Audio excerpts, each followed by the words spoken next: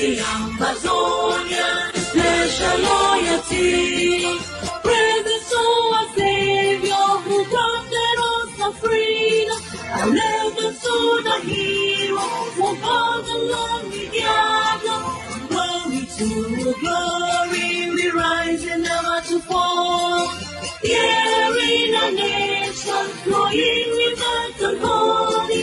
Glory, glory, glory to the Father for making you a nation, a joy forevermore.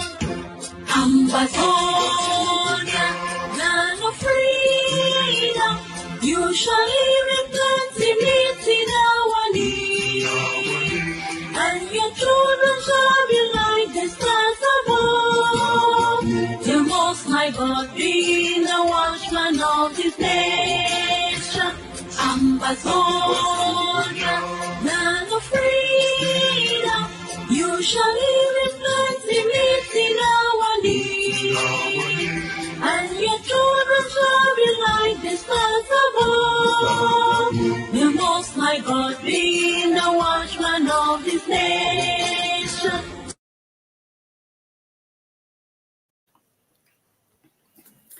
Okay, ladies and gentlemen, thank you very much once again for joining us today in the studio. Welcome back to this very important and unique conversation with the leader of our War of Liberation. Today we are honored to have, sometimes we think that we already know him so much that we fail to introduce him properly. But I just want to be honored, give us the privilege to know who he is again. So we are honored to bring to you this unique and insightful individual, the one and only person who has stood strong, who has been steadfast, who has not blinked over the years. Movements have come and gone, leaders have come and gone, but he stands like a rock in the middle of the sea because he believes that there is nothing that can pull him down. The only thing that will give him rest will be the liberation of Ambazonia. So in this exclusive one-on-one interview, we are going to deal with a lot of things. We will be discussing on the Public Order Act, the Resident Permit Act, the Ambazonia Independent Manifesto, the Prohibition Order on the sale of land in Ambazonia, the Yellow Taxi Color, the Liberation Tax, strategic international collaboration with other countries, and many more. So, ladies and gentlemen, I am so delighted to bring to you the forerunner, the freedom fighter for Ambazonian freedom, Dr. Cho Ayaba, who has over the years dedicated his life, sacrificed his family, sacrificed everything to be sure that Ambazonia is liberated, and on a daily basis, he doesn't rest. As you can hear, even in his voice when he will be talking, you can see that he's so stressed up, but because he wants to see Ambazonia liberated, he is not giving up. So, Mr. President, thank you very much for joining me this afternoon, this evening, this morning to speak to your people. Thanks a lot. Thanks, PS, for all the accolades and for the warm welcome. Thanks a lot. You're welcome, Mr. President. If we want to welcome you on a daily basis, we will never lack words to welcome you with, because your daily sacrifices are enough to be up words to describe who you are. You've never blinked, and you've encouraged many of us to stand strong, and we are happy that you're pulling us along. And at the end of this journey, we will all sit down one day and say, we did it. And this is the journey that we took. These are the parts that we actually took during this liberation struggle. But once again, ladies and gentlemen, thank you again. And I said we have so much to cover, but we will cover it in a chronological order. Well, some we might go out and come back in, but I would like us to start with the independence, the Ambazonia Independent Manifesto, the executive order on the sale of land in Ambazonia, the residency permit, the Public Order Act, the Liberation Tax, the Yellow Taxi Color in Ambazonia, and of course, internationalization and the way forward for the Ambazonian liberation. Before I bring more before I go into the questions on all of these topics that I have mentioned, Mr. President, there is, first of all, I want us to have a little conversation on what you've been doing in the past years. I remember that last year you took it upon yourself. I said in my introduction that leaders have come and left, movements have come and gone, but you are like a rock in the middle of the sea that is not moving. And you, you have been so consistent that you've shocked the minds of everybody. You've shocked the minds of Ambazonians. Even the international community is confused. You know, when they said before that there are 2 chips of sugar that are dropped in the basin and that will be melting soon, and you said, die, we die here, I'm going nowhere, you're not melting. You said, Chang, I am going nowhere, and you've been there. The water has dried up. The added water is coming, is dried up, but you sit there and you're staring at them. And so, Mr. President, I remember last year you took it upon yourself to speak to Ambazonians state by state. You went into their cultures. You brought out the beauty of that culture, that state, the resources that those states they have, what the elite of those states, the history of those states, the fighters that were in that state. You brought out so many things to sell the Ambazonian culture to the people who did not even know about their own cultures.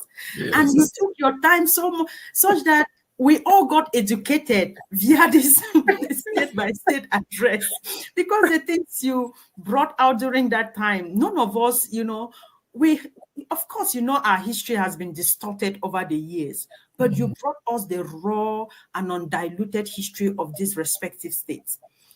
So what I'm asking, you also have taken up again the initiative of trying to do daily briefings to Ambazonian. Despite the many outings you make, you take it on yourself to do daily briefings to Ambazonian. What is this thing, Mr. President? I know Ambazonia. Where is this strength and motivation coming from? Is it that you, I don't know, please talk to us, sir. The people are so anxious to hear you talk. What is it, Mr. President? It's one of the most difficult questions I've ever been asked. I don't know. I am just, what should I say? I'm just dedicated to things I believe in. Right. And that holds true to my life, to my friendship. And I hold long-term friendship. So when I believe in something and I try to find out fundamental facts about those things. And when I'm committed to altering, especially people's lives, I do so. I walk on the street and I find beggars. I just feel like I start judging myself. Why am I better off? And so I believe the Ambazonian people have been deceived. They have been traumatized. The deceit is so monumental. And the arrogance of the enemy is palpable. And so sometimes you simply have to take the bully in the neighborhood and call their bluff. When it came to the things you've outlined, and I think you stopped me from doing daily, as the name goes, daily briefing. You advised that I should give some days, and that's why people don't get me on a daily basis. And I think you were right. You come to realize that we are the strategy of the enemy has been to look at Fako on Dian and say, well, this is where the resources are concentrated, because the enemy has gone along the kind of colonial lines of argument, thinking that the resources of today is only in oil. And they use these tactics of deception to fuel an anti-state kind of agenda from the states that believe they have wealth. States that are projected as wealthy become somehow entitled and believe in the propaganda of the enemy. So I wanted to make other states to say, no, we aren't broke, that we are equally rich. And that would inspire them not only to stand for their state, but it will create some sense of respect for themselves with respect to the other states. For me, it was also a learning journey.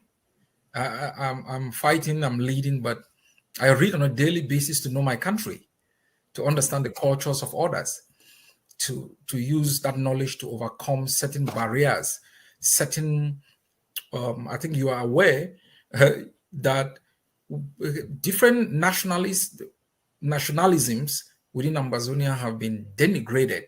If you came from Pingin, you were denigrated. You came from Bafut, you were called Seven Kata. It was a denigration, instead of seeing that connotation as a name or connotation of power and empowerment. If you came from Kwakwa, you were given certain names. I just wanted to educate Ambazonians to believe in themselves, to embrace their culture, and that embrace will begin their own personal liberation from the deception of the enemy. Okay. And to be honest, you did a great job, and Ambazonians really appreciated you for what you did, because most people, even people from Bafut, most of them didn't even understand the cultural values, the Bafut tradition itself, the history of Bafut and what Bafut did during the colonial time. Exactly. And so you brought up, you gave us that undiluted education. But still, despite these sacrifices that you're making, Mr. President, we still had people on the social media saying, oh, you're doing all of these daily briefings, or you were trying to speak to the people in their local dialect. Because I remember you could greet people you could say one or two words in all of these local dialect of these states.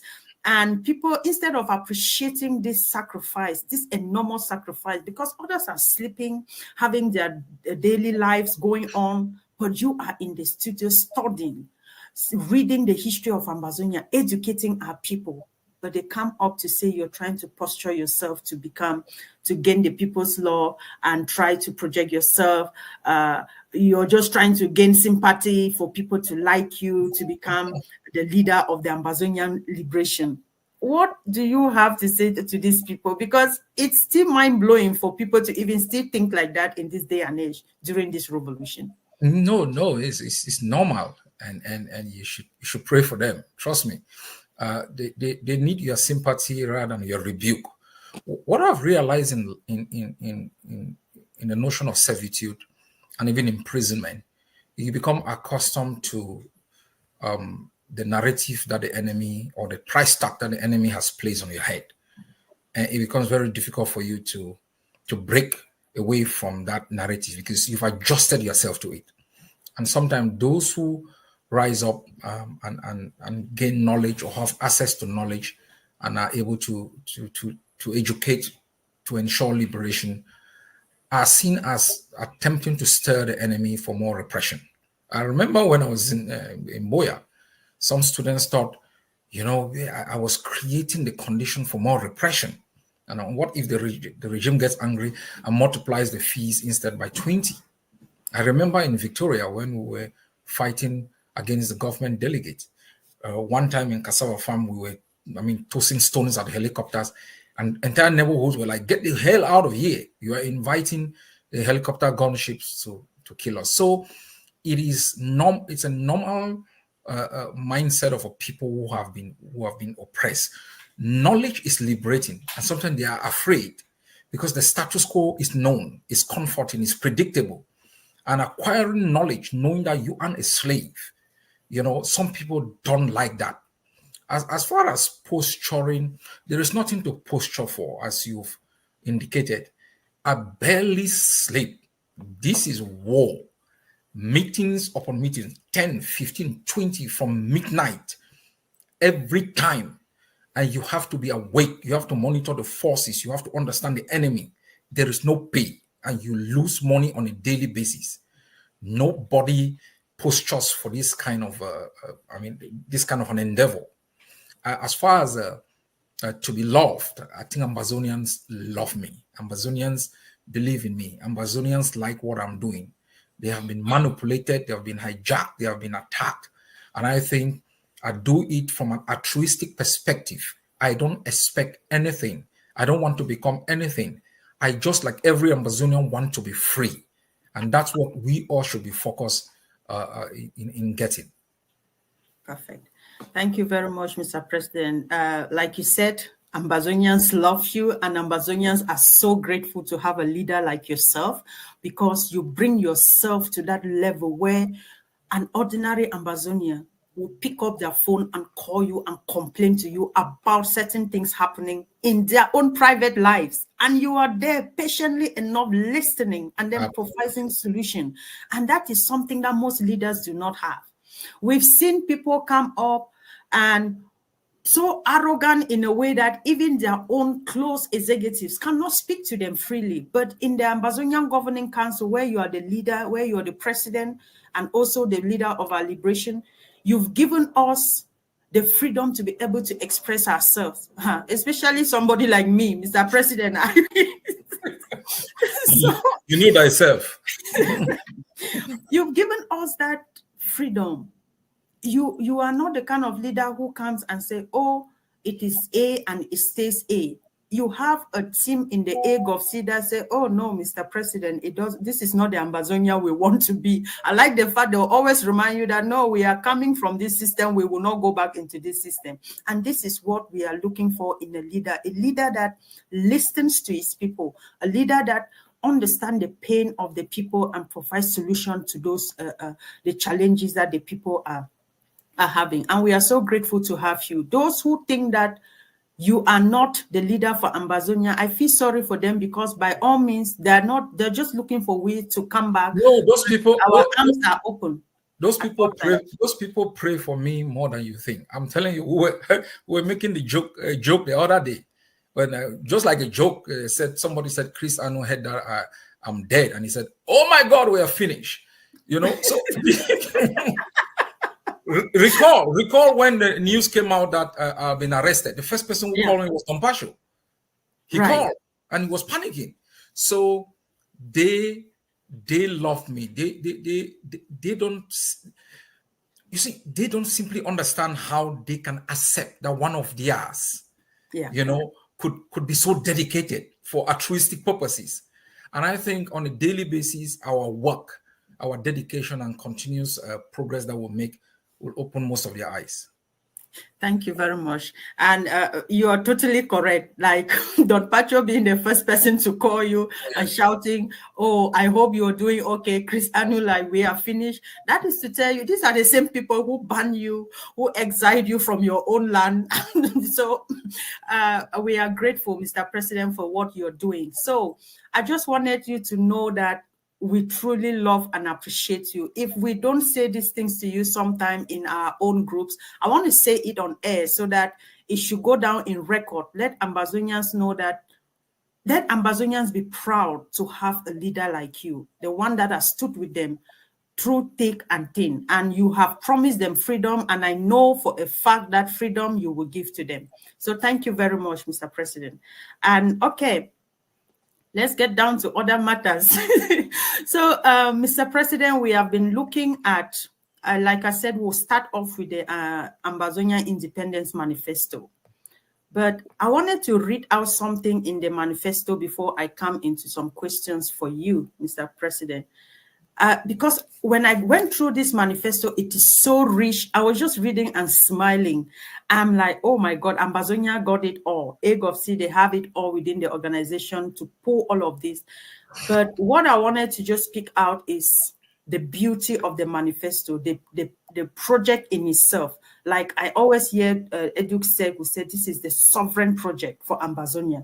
And when you read this, you can truly say for a fact that it is indeed the sovereign project. So here it says that the manifesto is divided into 3 parts, and I love the way it's covered. So I'll just read it for the audience to just have a brief understanding of what this manifesto is about before I come into asking you questions for more clarity, Mr. President.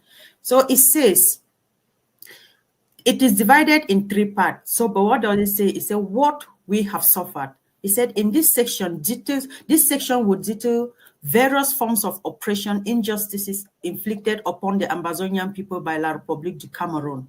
It highlights the illegal occupation, the political subjugation, economic exploitation, cultural assimilation, and human rights violations perpetrated against Ambazonia.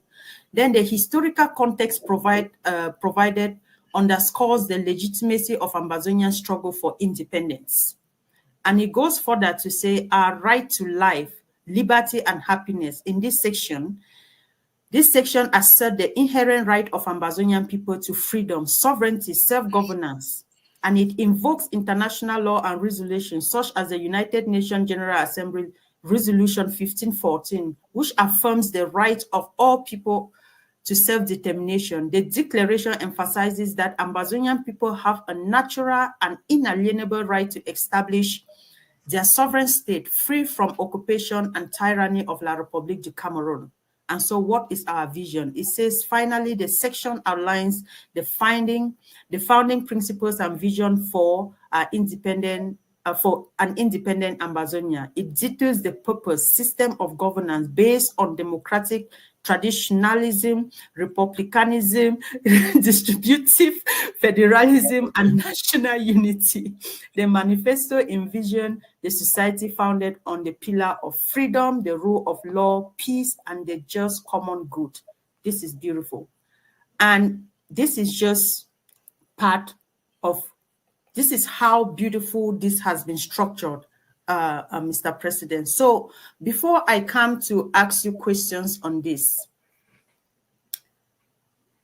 what do you have to say in general terms about this manifesto before I pick out specific questions to ask you on this issue of the independent manifesto, Mr. President?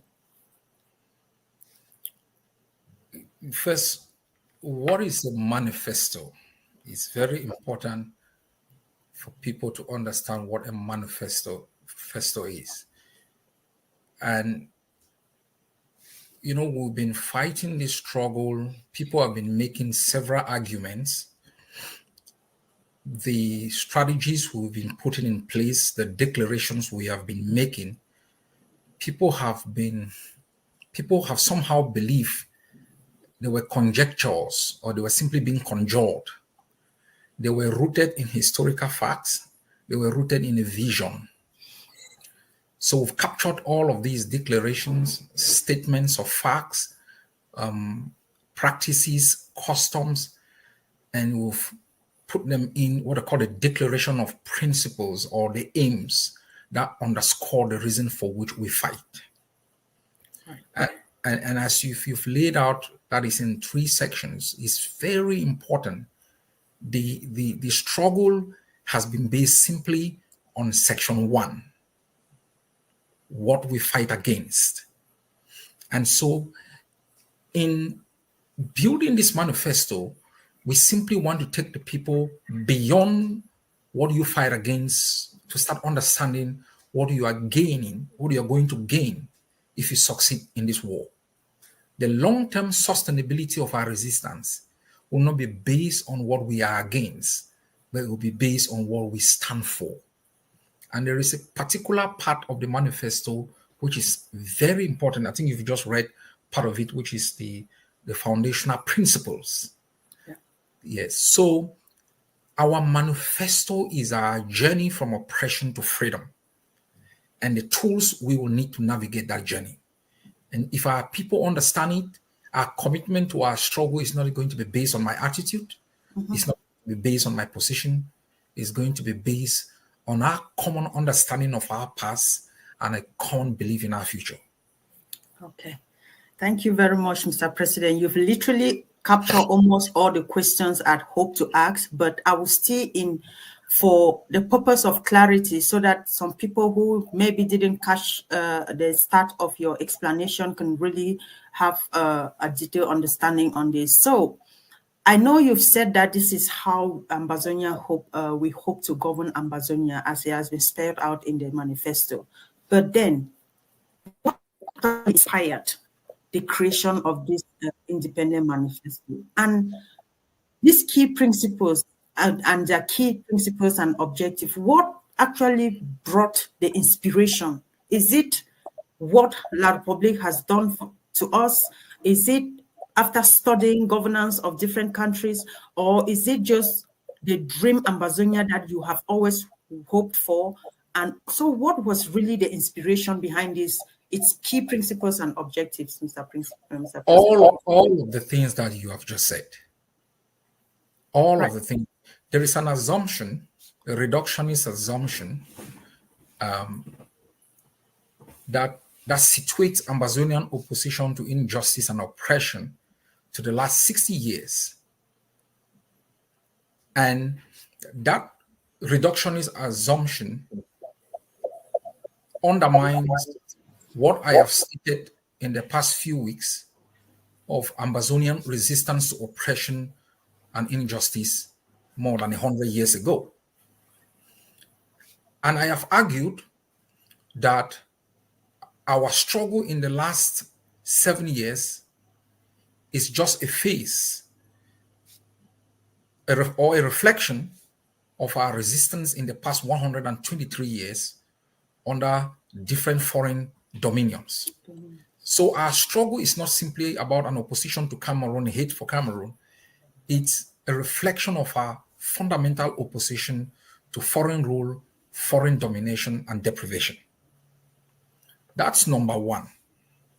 The second issue is the Ambazonian in the last 120 years has practiced traditional democratic principles. We have lived in a globalized world where we have strengthened the local in order to compete within the global. And that has been exemplified by the Kuva-Lekenyes, the Abombis, the Asonganis, and other traditional setups that have resisted foreign domination and have shown us how to govern societies based on customs and practices. So there is a corpus of principles and norms and values that we can tap from to understand the Ambazonian democratic space. And if that is not enough, most of those things were captured from the 50s in our practice in democracy, being the first country in the continent of Africa that conducted a free and fair election, a sitting government relinquishing power to the opposition, and a constitution that defined the different functions of the state and was able to define the limits of power of the different components within that the state apparatus. Even the way we've conducted ourselves in the past 7 years of brutality and genocide, we have shown ourselves to be a people who are tolerant, who are compromising, and who are able to share despite the narrative that has been constructed to show that the Ambazonian is intolerant, is a kidnapper for ransom, is an abuser, cannot make compromises. So the building of this manifesto is a reflection of the reality of our lives as Ambazonians, but also of the practices that has journeyed with us from the time of our conception, even in under traditional authorities. And lastly, yes, it's also important for you to, and you are somebody who is you're talking a lot now about Pan-Africanism. It is important we understand the reason why the continent has moved from a state of near political independence and maybe some level of economic independence to a system of total reincorporation into a system of foreign domination by Western colonial powers. Right. It is because we failed woefully in exercise in preserving, what were part of our governing structures, and either expand, innovate, or create structures that coexist as we did with the House of Chiefs to govern our spaces. We holistically incorporated within our own traditional societies Western doctrines, Western norms and values. We eliminated our languages that informs our way, our mode of communication, that defines the way we deal with conflict, that define the way we deal with compromises. We eliminated them and adopted everything that can be overthrown. If you look at Iran, it is difficult to overthrow Iran because you have to replicate the kind of government that is in Iran. Exactly. You cannot overthrow the government of the United Kingdom because the authority of the prime minister must be gotten from the queen or the queen. Yeah. That is an inherently United Kingdom structure of governance. The Ambazonian system of governance, the South African, all of these things are Western, and they can be overthrown with a twinkle of an eye. So our manifesto does not holistically try to buy into the kind of Western narrative and Western construct of how society should be built. It factors in our own realities politically because it will be relevant in developing social and economic policies. Okay. Wow. Thank you very much, Mr. President, for throwing so much light on that. And like you said, this is our own reality and structure in a way that, like you cited, that of the United Kingdom and that of Iran. And even at this, we live in a world where we think that the international community or international law must definitely be applied in everything that we do within our own direct jurisdiction, and also human rights law. So, Mr. President, how does this Ambazonia Manifesto or the Independent Manifesto address the issues of, specific human rights issues and social development within Ambazonia based on international principles, in alignment with international law and principles?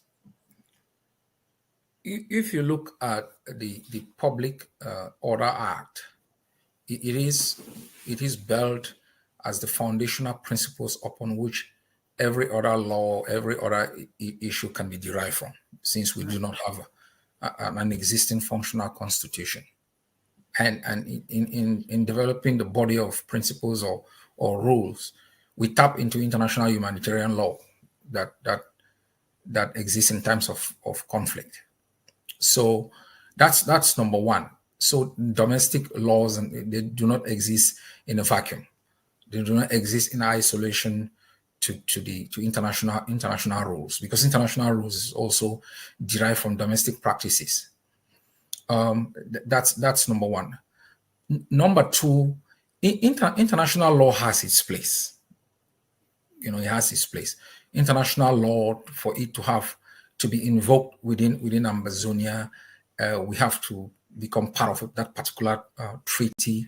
It has to be incorporated within the Ambazonian constitution so that it can be invoked and implemented domestically. And there are areas where we're going to derogate. There are areas where we'll put reservations. So every international law, whether they are international human rights law or international humanitarian law, that we will adopt will be integrated within the Ambazonian constitutional order. And it will be adapted in a way that it can be invoked and not to be in conflict with our own practices.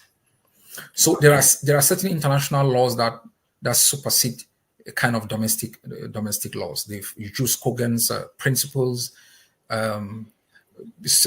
laws with preemptive statutes, like you shall not torture, and that's an international law principle that cuts across time and space. And so you cannot invoke any domestic law to supersede that kind of international practice. And you can be arrested anywhere and tried. So we subscribe to that because the respect for human dignity will be part and parcel of the Ambazonian constitution. So there will be no conflict. There will be virtually no conflict because Ambazonia will make sure that our domestic institutions, our domestic practices, our domestic norms and values are a reflection of global principles. There are others that will be implemented in a different way. Right. Yes, there are things that our society, even like in Western societies, not every Western society has adopted same-sex marriage. It is not seen as kind of an international principle that must be. There are other societies that have ratified international treaties, but have not incorporated those or ratified them within their own domestic jurisdiction. So there will be what I call kind of a progressive adaptation as we move forward. But Ambazonian values, customs, and norms, which have been based on compromise, tolerance, and peaceful coexistence, is going to supersede everything that we do. Perfect. Okay, thank you very much, Mr. President, for that clarity. It's very important that when we bring you on board like this, you give this succinct clarity to our people, because people are so confused. The social media has confused a lot of people. And when they hear directly from you like this, their minds are put at ease. So I appreciate you for that very detailed answer. And again, looking at the authority of implementation of this independent manifesto, Mr. President, what is the authority, or who is the authority in charge of the implementation of this manifesto, and how does this the existing authority intend to work with other communities to make sure that this is effectively implemented within Ambazonia and its respective institutions? This and I want to give this clarity so we do not confuse issues. Right. This is the vision we have for our country, right? Right. So this is different, for example, from the AGOVC Charter, whose authority of implementation is the executive of the Ambazonian Governing Council, a subsidiary executive under that. At the moment, this is just a vision.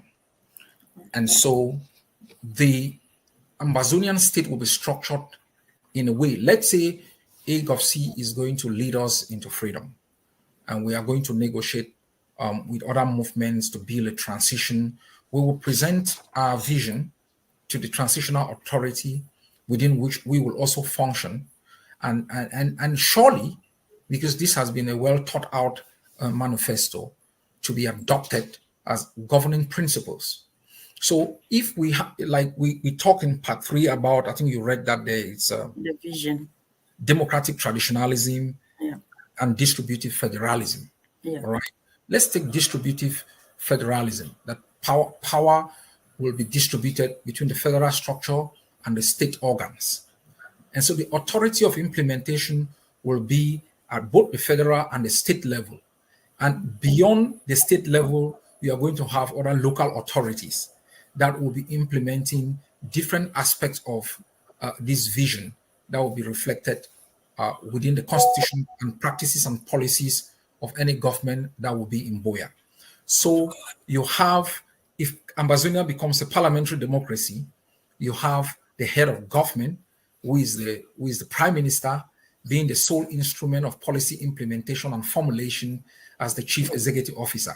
You also have maybe the president, who is simply the custodian of Ambazonian nationalism reflected in the Ambazonian constitution, who has limited powers, maybe to give assent to the prime minister or to oversee certain aspects that will be defined in the constitution. And then you may have the state parliaments that will be legislating to make laws for the particular state. So there will be different centers of implementation of any vision, body of laws that will become the final document that will be accepted by the Ambazonian people. But this is the roadmap. This is the vision that lays the foundation in this period of resistance to give Ambazonians an understanding of what they fight against and what they are fighting for. Perfect. That is beautiful. Thank you very much. And like you said, this is the roadmap. And I'm sure Ambazonians will also be curious to just know how this independent manifesto intends to address transitional justice and reconciliation in Ambazonia after our liberation. Do we even talk about reconciliation? What is this going to do, the manifesto? How do you think it will address this issue post-independence, Mr. President? I have talked about the Ambazonian value system. And if you look in part 3 of this document, it captures the Ambazonian value system. And a system of justice, whether it's retributive or restorative or reconciliation, is reflected in part 3. and they are not conflictual. I'll give you an example. Take the case of Rwanda. Rwanda instituted both restorative and retributive justice. You discover that there were people who had committed certain levels of crimes. They were taken to court. They were tried according to the penal code. They were sentenced to prison terms. There were others that had committed a minimum level of crime, and they were taken within kind of traditional systems of adjudication that is based on confession and forgiveness. Now, how does this manifesto give rise to that corpus of laws and principles that would oversee such systems of reconciliation and justice and accountability? The basic foundational principles are captured in the manifesto. Right. So if we talk about respect for human dignity, if we talk about forgiveness, if we talk about different kinds of principles, and we are developing laws to deal with retributive justice or restorative justice, it must be a reflection of the foundational principles of our country. So you ask if there will be reconciliation. There will be reconciliation. Reconciliation will be part of the things that we will do amongst ourselves, but there will also be accountability in terms of retributive justice. And that's part of reconciliation. If I, Dr. Cho Ayaba, have committed some crimes and retributive justice takes its course, and I am sentenced to say 5 years in jail, I accept that sentence. I take responsibility for the crime. And in that, I give solace to the family that has been victimized. That's part of reconciliation. I serve my time. They feel like there is closure. If the others who accept certain crimes that they have committed, they ask for forgiveness, you can go into restorative justice. We are going to have some that definitely will face the death penalty. That is also part of accountability and reconciliation. All of these things, we have not only studied them, and you've studied them too. You're a scholar in human rights law. We will be able to use a manifesto like this to design a system of justice that is a reflection of our own society, and that is also takes into account the failures of systems of justices that eliminate retribution, like the South African system, where you start having street killings, xenophobia, corruption at a certain level. We are going to factor in the Nuremberg trial that held perpetrators of genocide between 1939 to 1945 to account. We are going to look at the kind of system of justice that existed in Rwanda that captured both the Gacaca and the ICTR system in Arusha. We are going to look at different systems and build a uniquely Ambazonian type that satisfies our society. This is the principal document that lays the foundation for that kind of thought processes. Okay. Thank you very much, Mr. President. And like I said, I will keep thanking you, because when we have you here, we are here to have clarity and educate the people more. And you're very good at giving a detailed explanation to things and educating our people on issues that they are unaware of. And we learn from you every day. Sitting right here, as I'm talking to you, I'm also taking note. I'm also watching some people on the comment section saying we are taking notes, which means that if a conversation or a discussion is not that important, nobody will pick up their pen and paper to put down note. So thank you very much on that. And like I said, this Ambazonian Governing Council has been the brain of developing most of these things. And we've seen how the Department of Law and Justice work on a daily basis, tirelessly, to produce these very important legal documents that will now be used in post-Ambazonia, during the liberation struggle and in post-Ambazonia post-Ambazonia. So we truly appreciate all of this department and your leadership, because if you were not a good leader, these people will not sacrifice their time and their knowledge to see that Ambazonia is liberated. And because you have given us so much details on the manifesto, but I just wanted to ask, is this open to the public for people who are interested to want to read about the manifesto, the independent manifesto? Is this something that will be shared to the general public? The international community can easily access this, and how can we actually have this? I know I should be answering that question, but I will still put it up to you, Mr. President, since you're here. Yes, thanks, PS. I'm glad we are having this conversation, because we have this conversation in the background. And as you've talked about my leadership, there are certain things that we all have to agree on how it's going to happen. I might give my own idea, and you people don't like it. It's not going to work. So one of my own suggestion would have been that we get Ambazonians to look at it and maybe make their own comments. We could factor in those comments in an addendum that is attached to the manifesto, so that as we move forward, it's adapted to reflect the collective mindset of the Amazonian people. But we should roll out this manifesto. We are going to make it in form of brochures and a book, not only for the consumption of the Amazonian, but the international community has had a perception about the Amazonian which is diminutive, not only in the last 7 years, but in the last 61 years, and also of the African.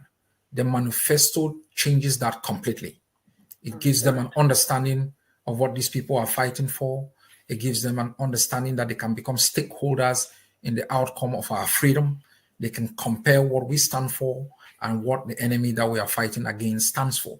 They can look at this body of work and say, our fear that Ambazonia will become a failure, post-conflict instability, is not reflected in the work that is in the manifesto.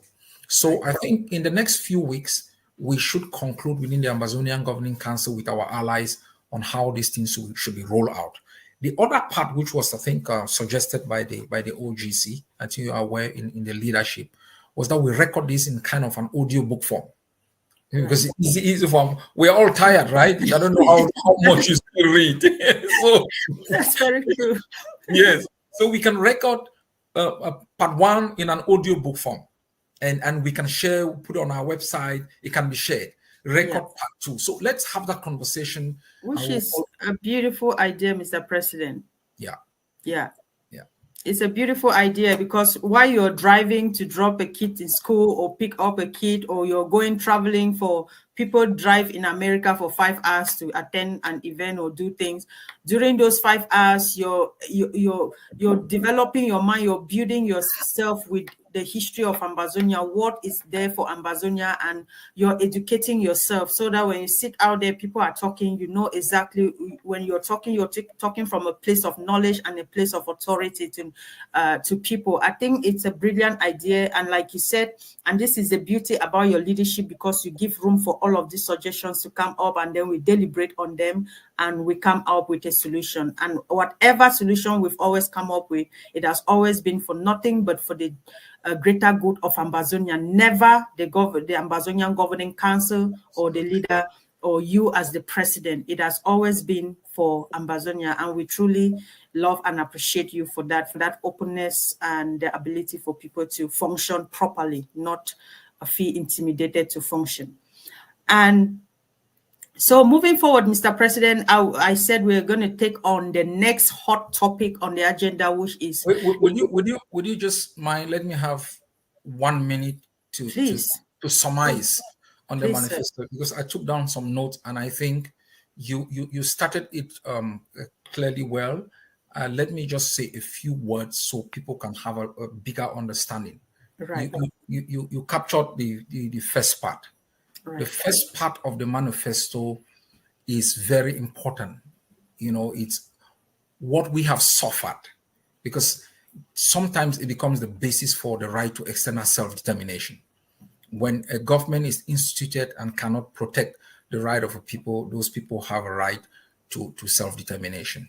So what have we suffered? It talks about matters of political status, the dismantling of our political institutions, the abuse of our independence, of our institutions and things like that. Matters of law and justice. It dismantled our own laws, our practices, our norms, and those things are important for peaceful coexistence of people and determining the extent to which structures can govern. Matters of our economy. The economic institutions are the foundation for the creation of world peace, stability, growth, and stuff. La Republique totally destroyed everything to make us dependent. Matters of education, social and cultural rights. Those things are critical in knowing ourselves and believing in ourselves, working for ourselves and our community.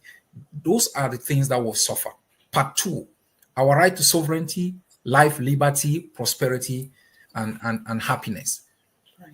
You know, to be a state, you must have, there are two basically kind of stuff. You have to have a people, and then you have a territory, and that territory must have international borders. It basically reflects all of these things. It talks about the Ambazonian territory, the borders, 1913 Anglo-German treaty. It talks about the 1919 Milner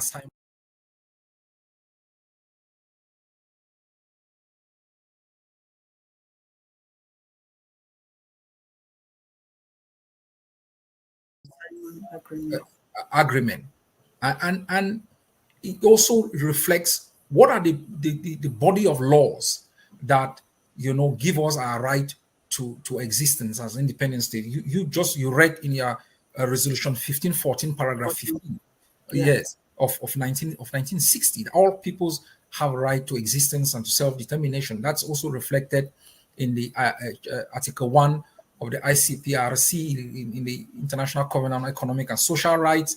It reflected also in the Charter of the United Nations, reflected in Article 20, paragraph 1 to 4 of the African Commission on Human and People's Rights, Article 4 of the African Union Constitutive Act, and also, more importantly, the right of our people. If you look at Communication 266 bar 209, bar 003 209, that declared that we are a people, it also captures the injustices and the part of the things that this manifesto has reflected. And then the last part, which is very important, the foundation and principles. We talk about democratic traditionalism, distributive federalism. It lays clearly the kind of educational system, social justice. It talks about a lot, the kinds of things that we will be proud of, that you can vote, your dignity can be respected, your right to life, liberty, security, to be treated as an equal.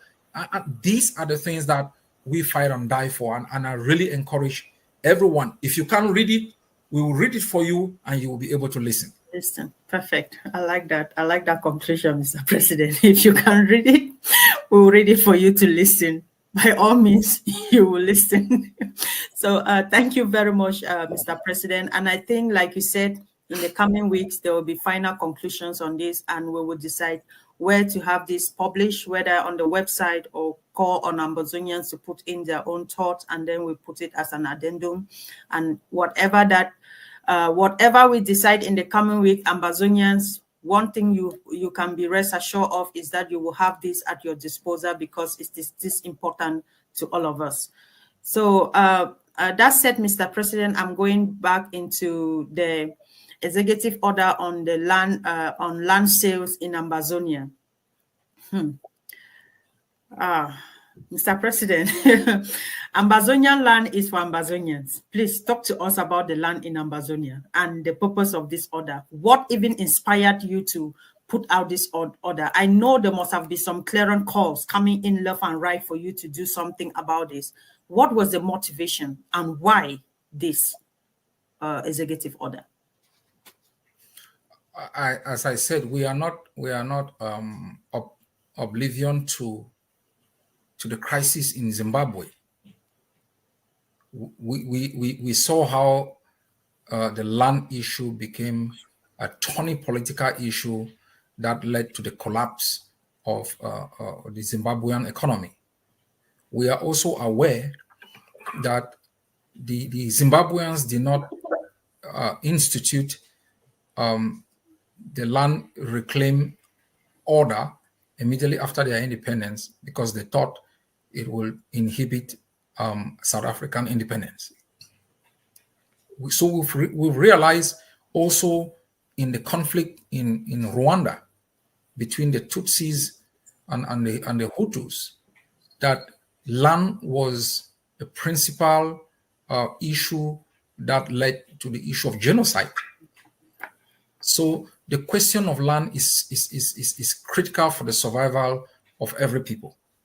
Back to Ambazonia, we are witnesses to ongoing practices.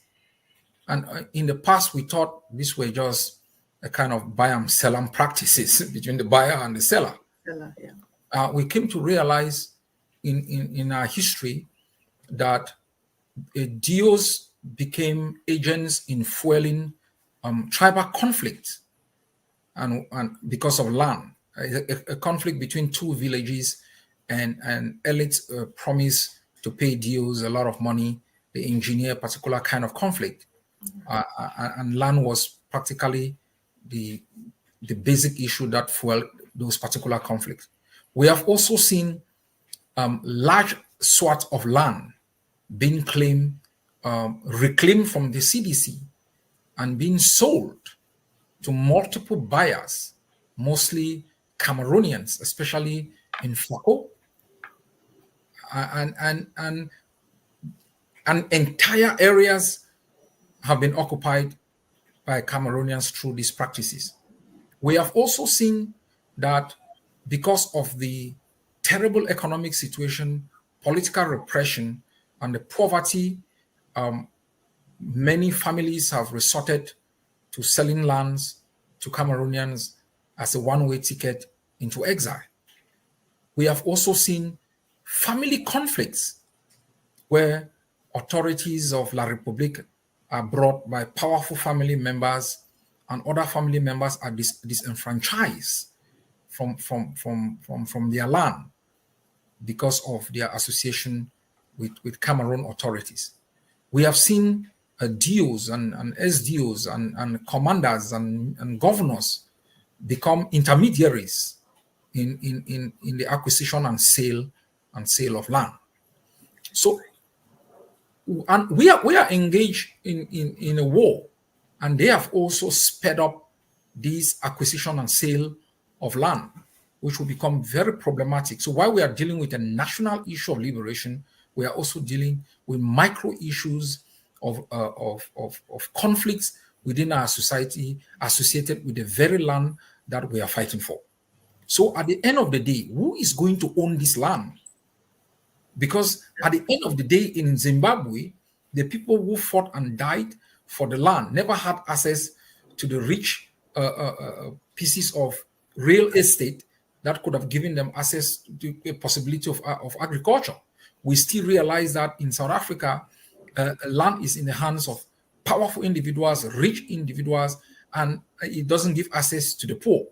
So if we want a stable, independent Ambazonia, we must begin to address the issue of who owns the land in Ambazonia during this period of resistance. So that inspired us to ask the Justice Department of the Ambazonian Governing Council to look into this practice and codify it in a way that forestall the kind of outcome that we are afraid of. Okay. Thank you very much, Mr. President. And I have people sent me some questions, and I will, if you don't mind, I would like to ask you this. Some people are of the opinion that the land is their inherited land given to them by their forefathers or their ancestors. So by right, they have every right to sell it to whoever they please. And so what do you have to say with this mindset, with people with this kind of mindset? No, it's a national security issue. Right. You can't be in London and you have a house and a piece of land, you just do whatever you want. Every land in Ambazonia is a national treasure of the Ambazonian people. You own that piece of land, you don't have powers to design any kind of house in any particular piece of land. You don't have the right to do whatever you want to do with a particular piece of land, especially if it becomes a national security concern that is going to affect the sovereignty and territorial integrity of the state. So that argument is lame and should be dismissed immediately. Okay, that's good. I hope Ambazonians, you're listening, and you've heard it from the leader himself. That is a very lame argument, and you should keep it where lame arguments are being kept. It should not come in the books of Ambazonia. And Mr. President, we've also had people have been using the current conflict in Ambazonia to really suppress those that are really in a very weaker position. We've seen, like you mentioned in your opening about the land issue, that individuals are now using their friendship or authority with DOs and other people, colonial DOs even within our territory, to seize land from people with the pretext that they are owing them certain amounts of money. But this same land was never even used as collateral for them to get this money from people. How do we address these issues that people are now using their high position or connection with other people to, to subject the weaker population of Ambazonia by seizing their lands? Listen, well, that's why I said in one of my briefings that one of my advisors, I think was the education secretary, said we are already running an independent state. And it's a fact. We are adjudicating cases. And we have advised, and I hope the communications department, the law and justice, human rights and humanitarian affairs are listening to me to create a hotline and to provide our people with a hotline through which they can complain. We are dealing with cases, and we are referring those cases to civilian authorities. And when they cannot resolve those cases, our forces are going to go in and make sure that they are resolved. We are already doing that. This executive order is also critical, and that's why your office, that speaks for my office, must make sure that our people get this executive order. And I'm grateful that we're having this conversation so they understand the merit. It is not to intrude into people's private stuff, but for people to understand that your private stuff is directly connected to public issues. And we will not tolerate individuals who collaborate with the butchers of our people, using them to oppress and suppress others who are struggling to make a living. And that's why I have frowned at some of the practices of the fund of Mancon, depriving women of farmland because he wants to pass it over to his cronies. So we are already doing a lot, but we need more education. Now, people need to buy into these things that we are saying because it's for their own long-term benefit. Perfect. Okay. Are you done, Mr. President? Yes. Okay. Perfect. And again, thank you for that, Mr. President. And I'm very happy with the message you sent out when it came regarding the fund of Mancon on what he's doing to Ambazonian women. Our funds are supposed to protect us, people. Instead, he is out there oppressing people, and that is not what we want in liberated Ambazonia. So, Mr. President, you made mention of the act, not you. The act made mention of the fact that any land that is sold by an Ambazonian citizen to La Republic citizen, that land, it is strictly prohibited for any Ambazonian to sell land to any La Republic citizen. And also, what about the lands that have been sold to them in before the enactment of this act, and also they are now occupied by La Republic citizens? Some have built houses, have established businesses. How do you intend to recuperate this act is retroactive. This act is retroactive. We are not going to allow Ambazonian territory to be sold to the butchers of our people. We're going to confiscate this land. Perfect. And this is a strong warning to Cameroonians who are using the power of their purse and who are collaborating with enemy combatants and traitors of Amazonian people to acquire Ambazonian property. We are going to confiscate those pieces of land, and we are going to use them to build homes for the homeless, people who don't have anything. Perfect. Thank you very much, Mr. President. And also, the act also mentioned the fact that lands, especially that all those occupying lands in areas, reserve areas like the Tiko Airport, the Bisongabang Airstrip, the Nguti Airport, the Bali Airport, that all of this shall be dislodged. So what message these people are now coming out and saying that you have no right, it's their land, they own it, they bought it, and you cannot do anything about it. What message do you have, especially because it mentioned most of this, strategic... and that's what I talked about, national security concerns. Right. So our airport is a national security issue. And you don't want your enemy having a prime estate overseeing your airport. They are Ambazonian national reserves. These people have bought land around these national reserves. They're even undermining, the environmental protection in these reserves. They've been using their presence there to facilitate the deforestation in Ambazonia. We are going to confiscate all these pieces of prime estate, and it's going to become state property, especially around these critical infrastructures, which are areas of national security for the protection of the Amazonian state. We are doing this early enough, so even these Cameroonians should begin to sell the lands back. And for all those who are enabling these practices, they are doing the same. Our land was taken over by these people, and leaders just sat there and facilitated, the total collapse of our institutions.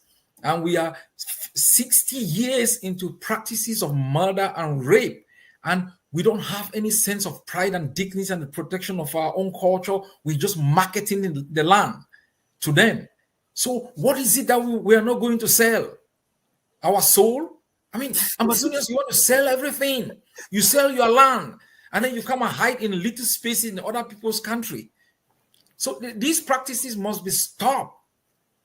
Exactly. Okay. Mr. President, we know La Republicans they think they are smart, but the bread and sardine has already taken their smartness away. So with this public order, you will see some of them trying to sell these lands, the lands that they acquired from our people illegally, or just giving them nothing for the piece of land. They will now want to resell it to international organizations or international bodies or construction companies to be able to establish in those lands.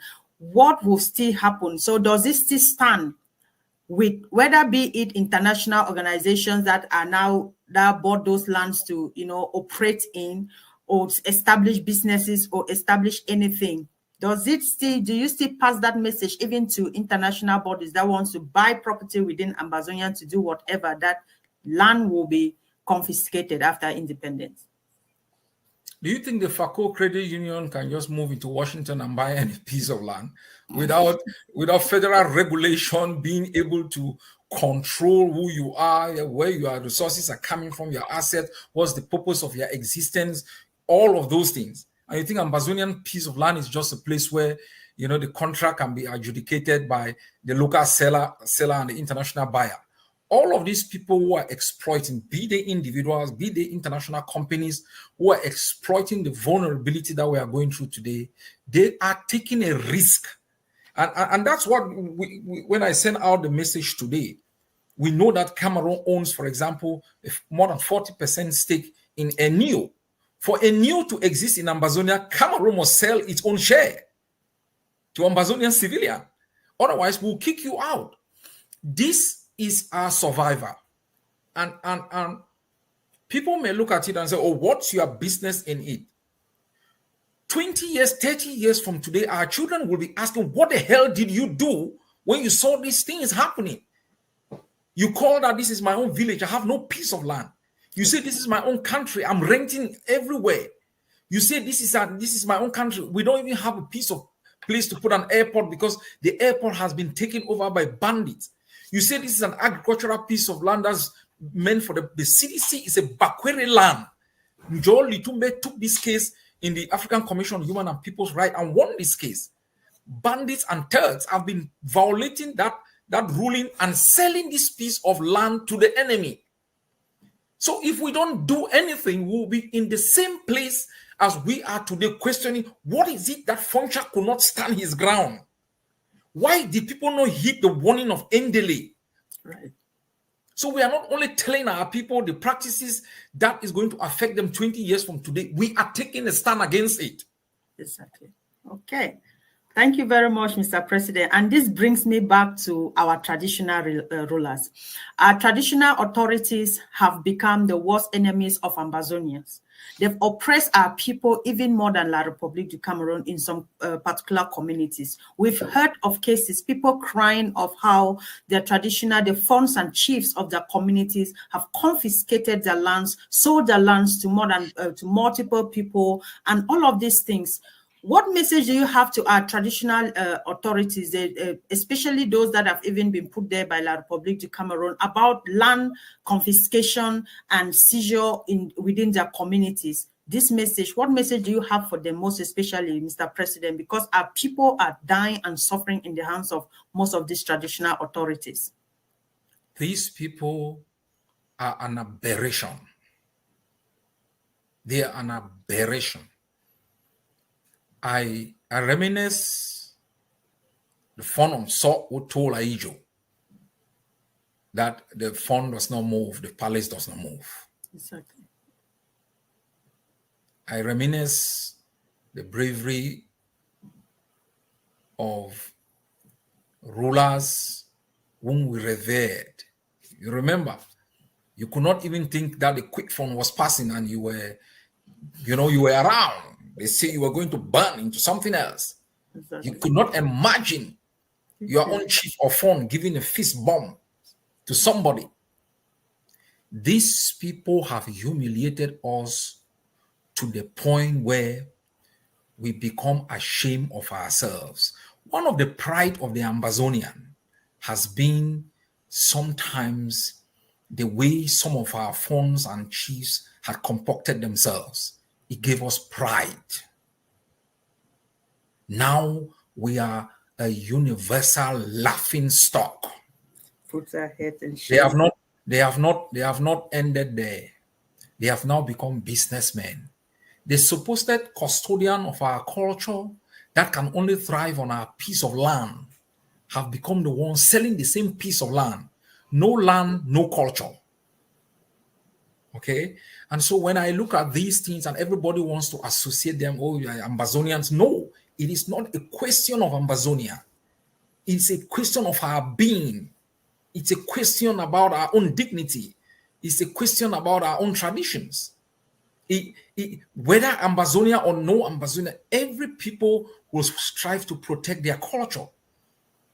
So if you have chiefs becoming mediators and intermediaries and facilitators to the wholesale mortgage of our piece of land, what kind of advice do you want me to give them?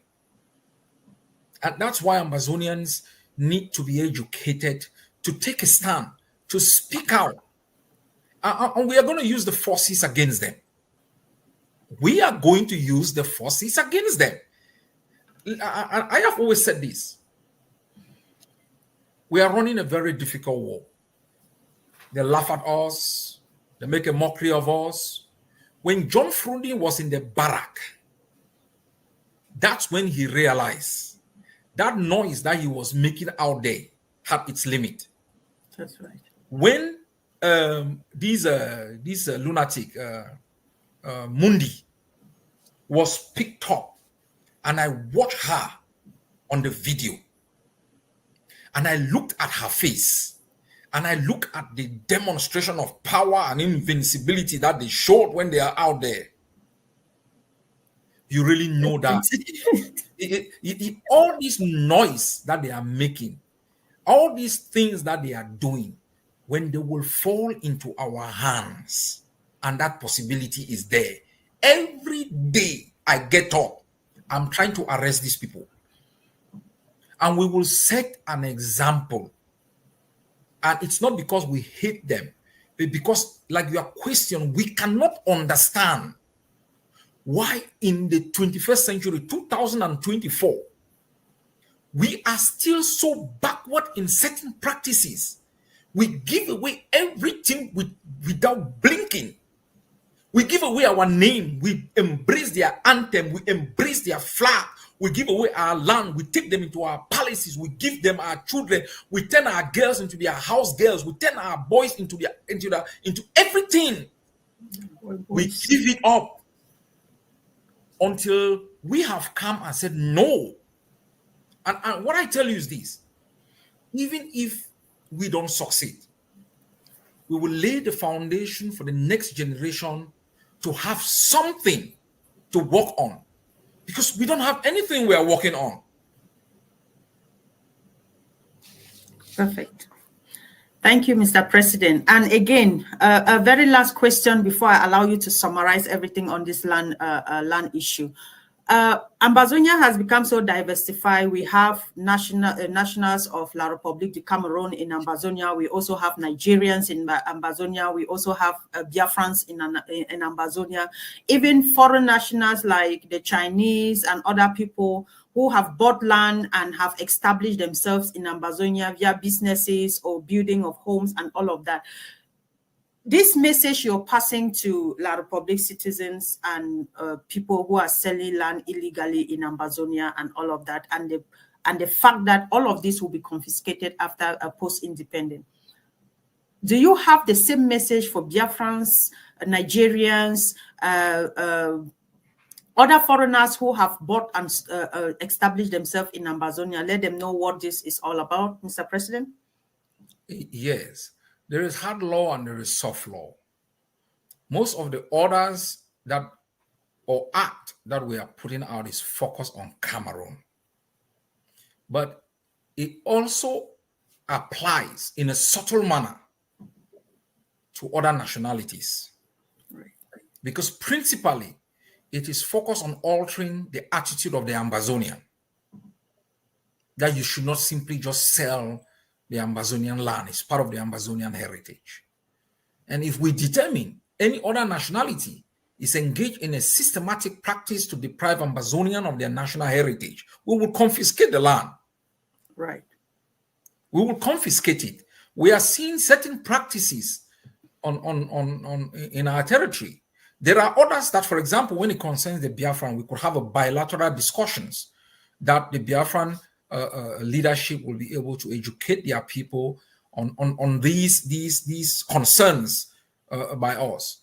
Others that we do not have access to have conversation with their state, they should know through our public statements, our public acts, that using your power of the purse to enable the direct or indirect acquisition of Ambazonian prime estate in furtherance of any colonial practice or idea is criminalized by this act.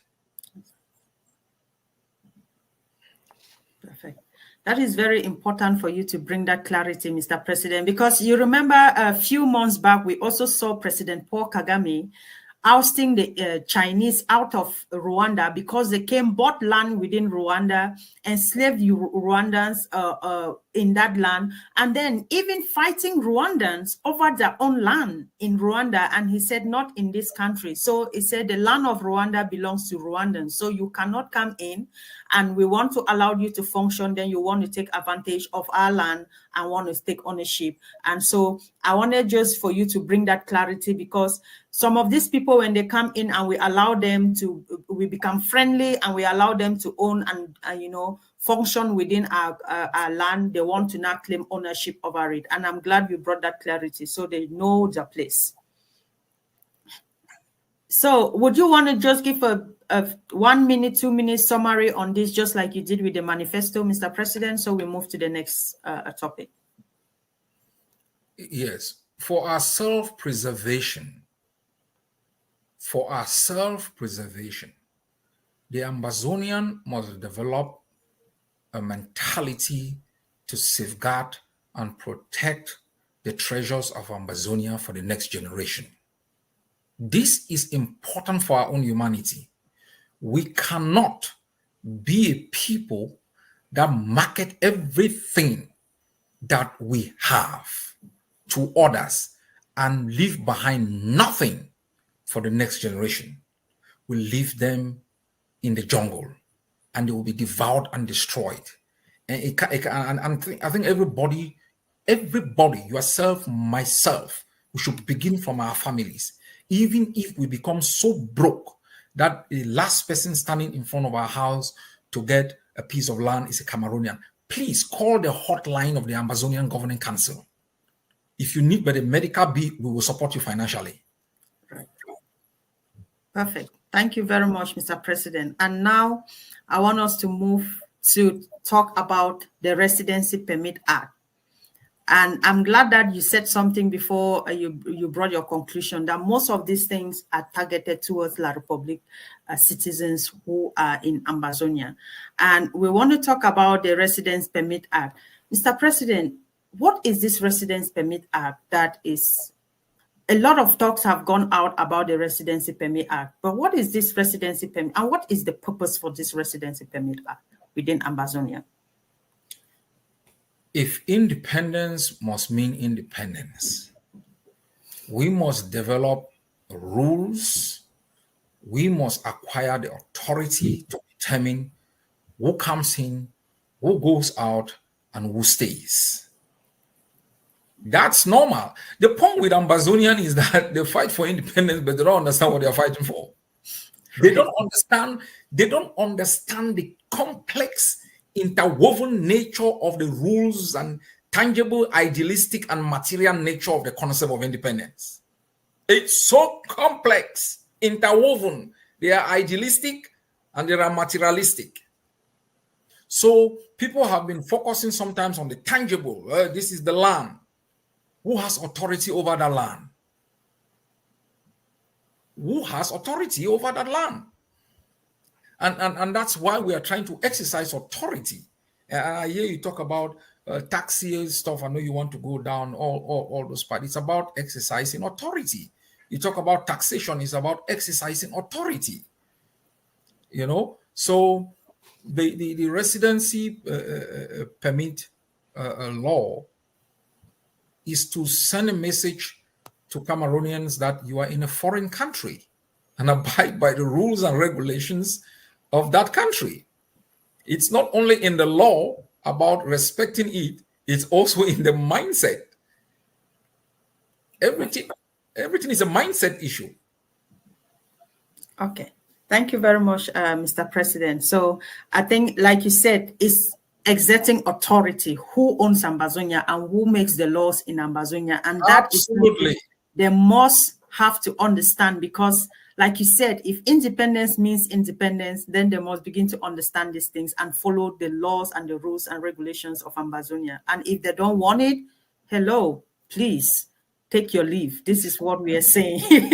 So take your leave. We are happy to accommodate you in Ambazonia, but you must abide by the rules and regulations, how it is done in Ambazonia. So a few questions that were sent in for me in terms of this residency permit for you, Mr. President. And so somebody was asking that I should ask you this question, that how would the Residency Permits Act ensure that the application process is accessible to all eligible individuals, especially those in remote and the most, interior areas? How would this really work with people in those remote areas, and how do we intend to make sure that it is accessible by all? I can assure you that most Cameroonians have escaped from the remote areas. Perfect. That's the government of the remote areas does not include Cameroonians. That's number one. Number two, I think we've set an example with the taxation law, right, that they will have access to, and that's why I have not signed it into law for it to be implemented, because the infrastructure for its implementation has to be properly developed. We need to have the card, we need to have the application procedure, we need to have a couple of critical infrastructures that support the implementation of the law. But the first thing we need to do is to begin to remind them that, hey, listen, if you are a Cameroonian, you are going to pay a residence permit. I think that is, I'm not quite sure what the law says, but 500,000 for adults, Yeah, and for 300,000 for yes, women, and then 100,000 for students. yes. And as you said it, hello, if you don't pay, so Get the hell out. what do you think where you are, if you don't have residence permit, what do? They come and Oh, definitely, Mr. President. This is something that people must understand. There is no way you live in a foreign country where you don't have the right to live in that country, and you are even allowed to stay there. You get deported. It is that simple, Mr. President. It is that simple. You and I, we know this fact, so it cannot be different in Ambazonia. That's it. Especially with people that are facilitating and enabling their own country to perpetrate genocide. These people have never raised their finger. They've never protested. You've never seen anybody resign because of the crime. Nothing they have ever done. Nothing. Yeah. Perfect. Thank you very much for that, Mr. President. And again, there were some concerns in the area of eligibility criteria. So people want to know how this would definitely work, how do we determine eligibility for this residence permit? And for some of the La Republic citizens who are now married to Ambazonian citizens and have kids in Ambazonia, do their children fall under this category, or would their wives fall? So how are we going to determine criteria? Have you been able to factor out any of this? I know that the head of the department is in the comment section firing. I hope he's hearing me and he can say something on this again. Yes, if the head of department is there, he's going to expatiate on Section 2 of the Public Order Act, right, which is about citizenship, which defines who is an Ambazonian citizen. And so there are obvious clarity on certain individuals. There are certain individuals that it will be determined also by certain rules that are defined in Section 3 or Section 2 of the Public Order Act. And there are others also that it's, for example, a child born in Ambazonian with an Ambazonian parent and a Cameroonian parent is an Ambazonian child. But that also depends on what that Ambazonian it determines for themselves, because there are Ambazonians who feel more Cameroonians than Ambazonians. Exactly. So those determinations will be done. I tell you, it's not difficult, because when we do implementation of the liberation tax, there is a body of rules that defines who is supposed to pay the tax, who is exempted from paying the tax. But there are certain practical decisions that are made on the spot. That you meet an old mama who should pay a tax, and you determine this mama hasn't got anything to eat. How do you expect this mama to pay a tax? So there are those kinds of exemptions that are made on the spot. Right. But there are general rules that define who is an Ambazonian. Is in Section 2 of the Public Order Act, and the Department of Justice will spell that out clearly, so that it is going to help those who are doing implementation. Also, those who apply, you're going to see through the application. Cameroonians will apply. If you are arrested and you've not paid, and you say you are an Ambazonian, our soldiers will have access to determining that by looking at Section 2 of the Public Order Act. Okay. Thank you very much, Mr. President. And I will just come back to our people again, because a lot of Ambazonians have risen and they are of the opinion that, these people have lived in the land for over all their lives. Some came in during the Makiza period. They've established themselves. They are not truly Ambazonians. But we all know, you and I, we know that most of them, when they are in the land, even when they die, they want their corpses to be carried back to their home communities or their home country to be buried there. That in itself is telling you that this person is just enjoying the benefits of Ambazonia, living in Ambazonia, because Ambazonia is peaceful. It has all the resources that they need to progress their lives. But when it comes to fighting for Ambazonia, they are no longer Ambazonia. But when it comes to benefiting from Ambazonian resources, they are Ambazonians. And when they even die, they choose to be buried in their home country. But still, some of our people are of the opinion that they've lived with us for so many years, so automatically they are Ambazonians. What do you have to say on this, sir? That's why I said the act is very clear on that. Right. There are Ambazonians there are foreign nationals who were born in Ambazonia before 1961, before 30th of September 1961. There are people that were born in Ambazonia as far back as after September 30th, 1961. There are people who have been resident in Ambazonia for as long as we know. We also make sure that the law is not in a way emotional, okay? Right. So we give a clear-cut determination about who an Ambazonian is. And the individual will have a right to make that final determination if they feel they are Ambazonian or they are Cameroonian. If a citizen or an individual from Cameroon has been seen as culpable in enabling through any kind of activity, your citizenship is revoked immediately and you will be seen as a foreign citizen. We are not going to bestow citizenship on individuals who are collaborators, even if they are Ambazonians. You know that right. Ambazonian collaborators are expelled from the land. So not foreigners who have lived in the land and continue to enable colonialism. There are other citizens who are opportunistic, but you cannot simply deny them citizenship because they profess their citizenship in binary ways. For example, you could be a Norwegian and be an Ambazonian. But when it comes to setting a judgment, what the law says will define that particular citizenship. But what you think cannot be seen from the perspective of the law. Okay.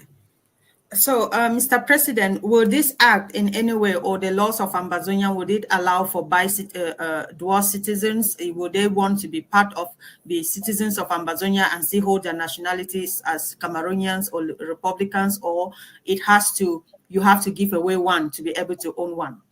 I will not talk about that's a far reach for my powers at this particular moment. That will be determined by the Ambazonian Constitution. But as far as I'm concerned, I think as captured in the Public Order Act, an Ambazonian is an Ambazonian. You cannot, especially during this period of liberation, be holding dual citizenship. You are an Ambazonian. Your allegiance should be to the Ambazonian state. And you cannot, when things are hot here in the kitchen, you're a Cameroonian, and when it's cool, you're an Ambazonian. So during this period, you are an Ambazonian or you are not. No, you are not. After full independence, the Constitution will be able to determine whether because so many of us are out, and I would think that there will be dual citizenship after independence, because if not, that would disenfranchise millions of Ambazonians who have been expelled from our country.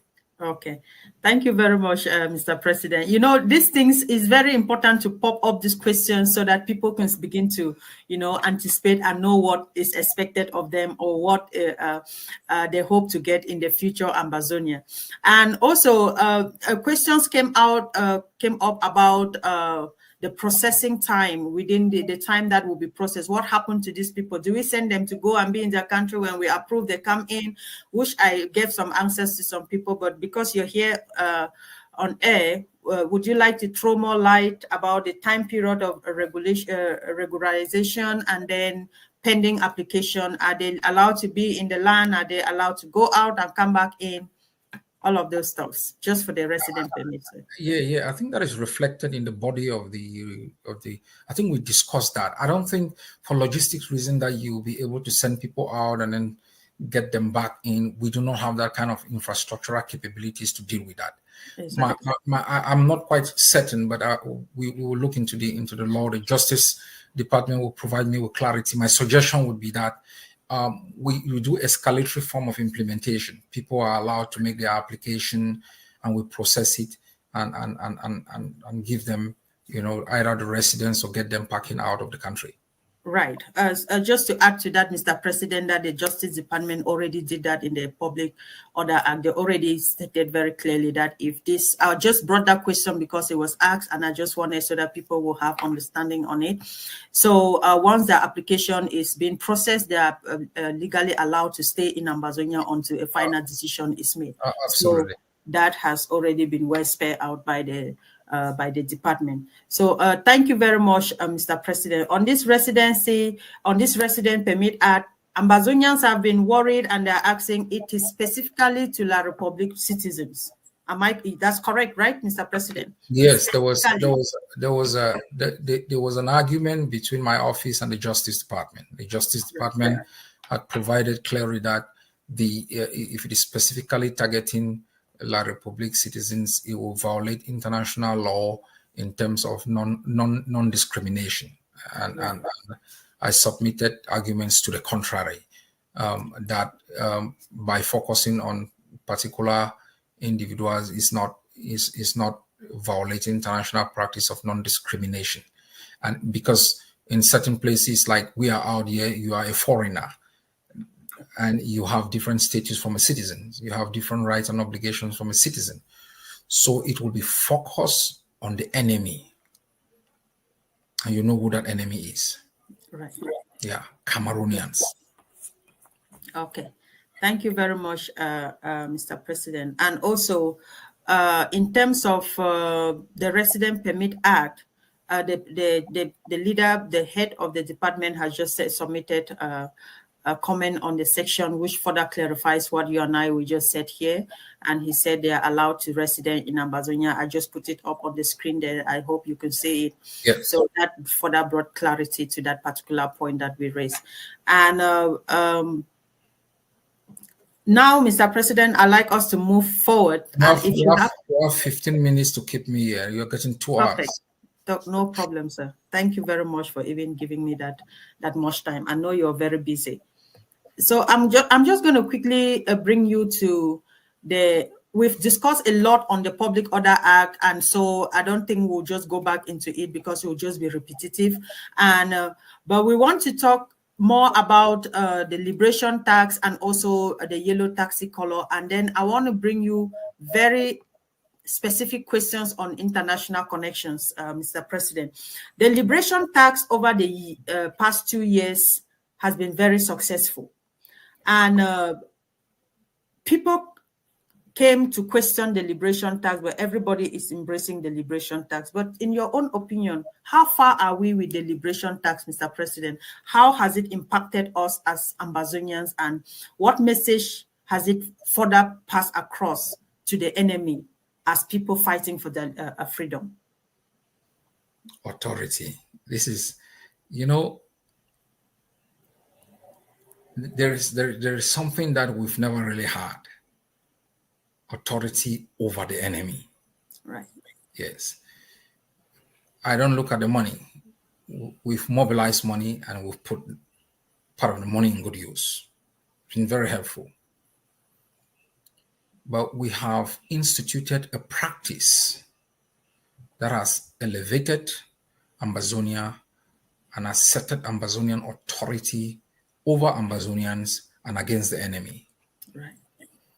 That is the practice of instituting a body of law that is respected by our people, that has angered the enemy, that has created reaction from the enemy, and that has projected the Ambazonians' power over its territory.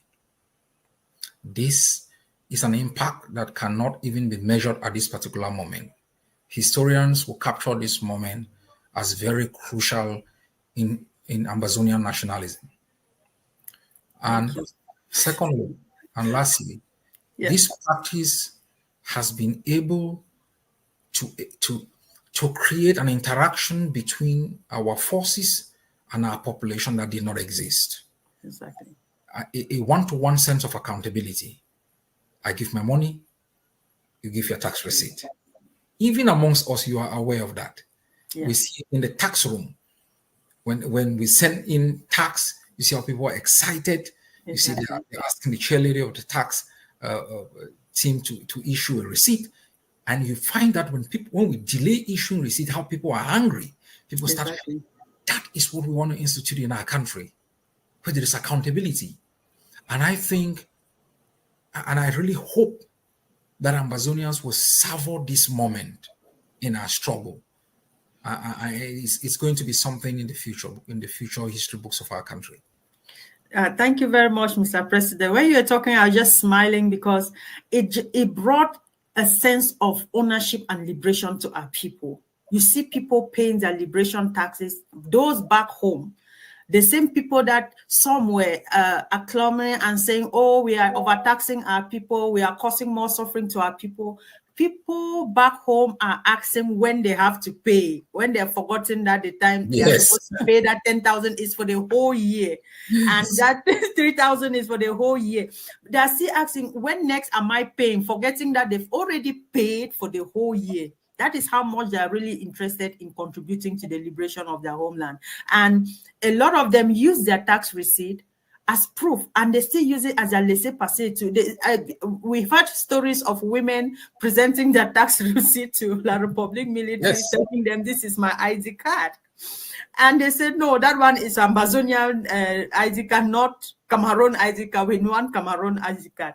So it has been a very successful journey, Mr. President, and we cannot thank you enough for bringing up this very, intuitive policy that has helped shape Ambazonians, has made people to be part of the revolution, own their own liberation, participate in fostering the liberation of their own country. And this is the same thing that has come up with the yellow taxi color. We've seen a lot of success. We have a lot of success stories with the liberation tax, but the taxi colors.